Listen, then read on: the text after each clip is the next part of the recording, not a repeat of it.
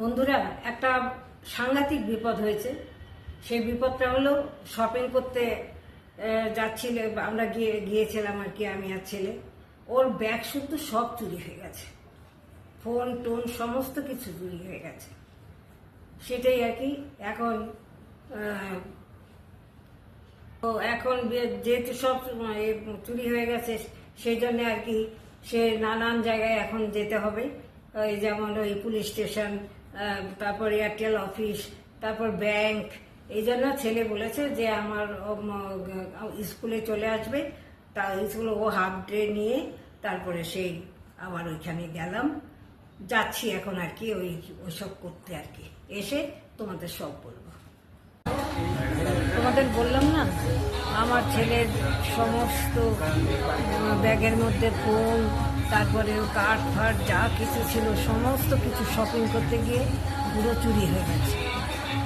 তো সেটার জন্যে এখন এসেছি যে ও একটা ফোন কিনছে। এখন ওর মুড ঠিক নেই, তাও সেই ভিডিও করতে হয়, তাই করছি। তাই জন্যই দেখো এই দোকানে সবটাই এসেছি ও একটা ফোন কেনার জন্য। তো নিয়ে যাই, বাড়িতে যাই, তারপর তোমাদের সব দেখাবো। তো কার্ড ফার্ড তো কিছুই নেই, কী করে ও টাকা এখানে পেমেন্ট করবে? পেমেন্ট করতে পারছে না। সেই জন্য আমার যে বড় বোন, তার যে বোন, সে টাকাটা পাঠালো, সে ঝুম আর কি ওর নাম, ও টাকাটা পাঠালো, তবে এখানে টাকাটা মানে ক্যাশে কিনা, কেন ও তো পেমেন্ট করতে পারছে না, অত ফোন টোন তো সব তো গেছে। সেই জন্যই আর কি ও পাঠালো বলেই এখন আমরা ক্যাশে কিনতে পারি।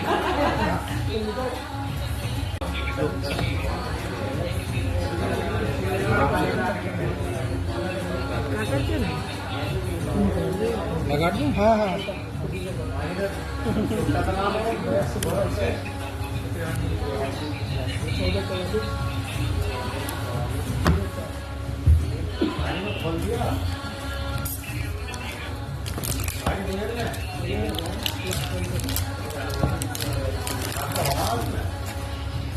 वीडियो ये भी आएगा, ध्यान रखना। नहीं आएगा जिस तरह से अपन ये फेंकेंगे।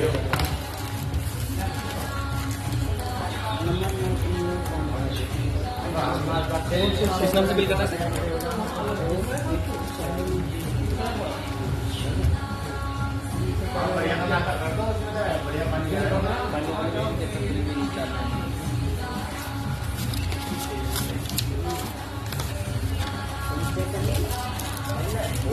লাগিয়ে দিচ্ছি।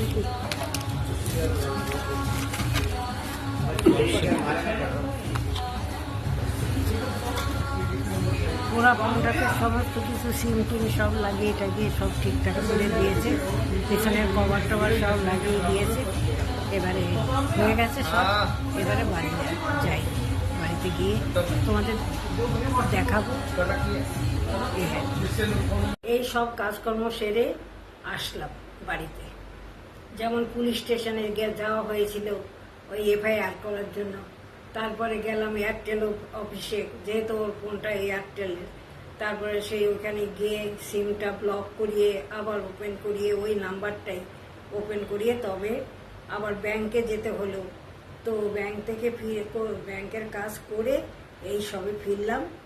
আর এই একটা দেখাচ্ছি তোমাদের, কিনলাম। আর এই যে ফোনটা খুব অসুবিধা করেই কেনা হলো, কেননা আমরা সদ্য বাড়ি চেঞ্জ করেছি, সেটা তো তোমরা জানোই।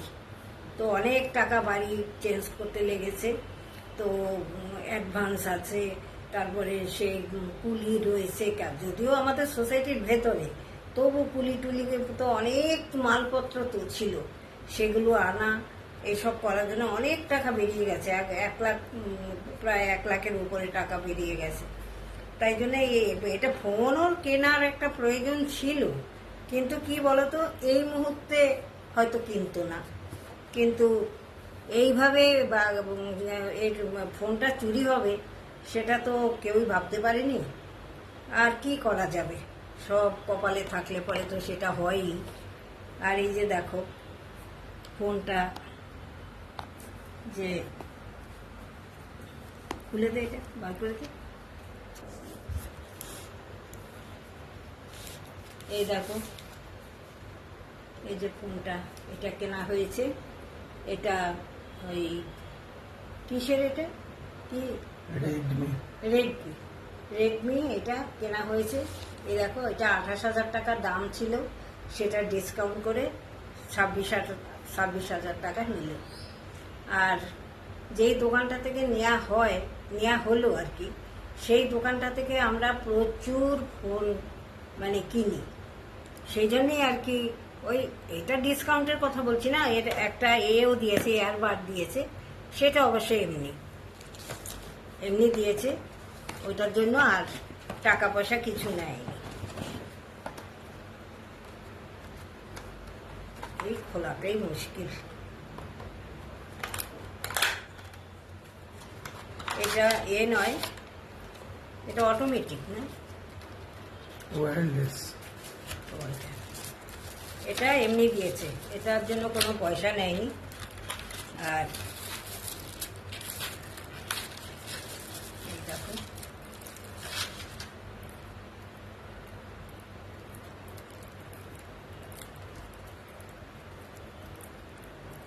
এইসব কি আর আমার দ্বারা হয়?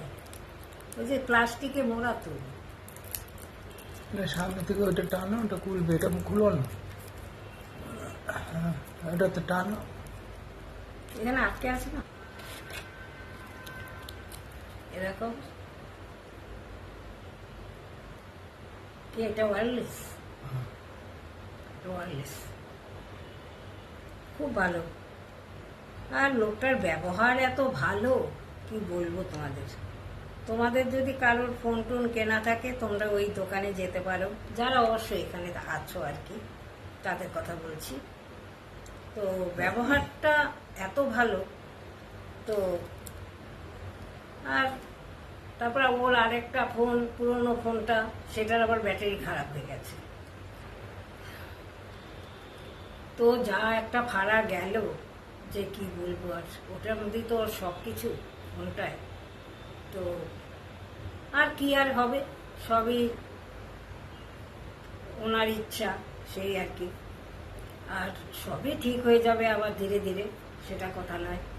কিন্তু ওর প্রচুর প্রয়োজনীয় জিনিস ওই ফোনটাতে ছিল।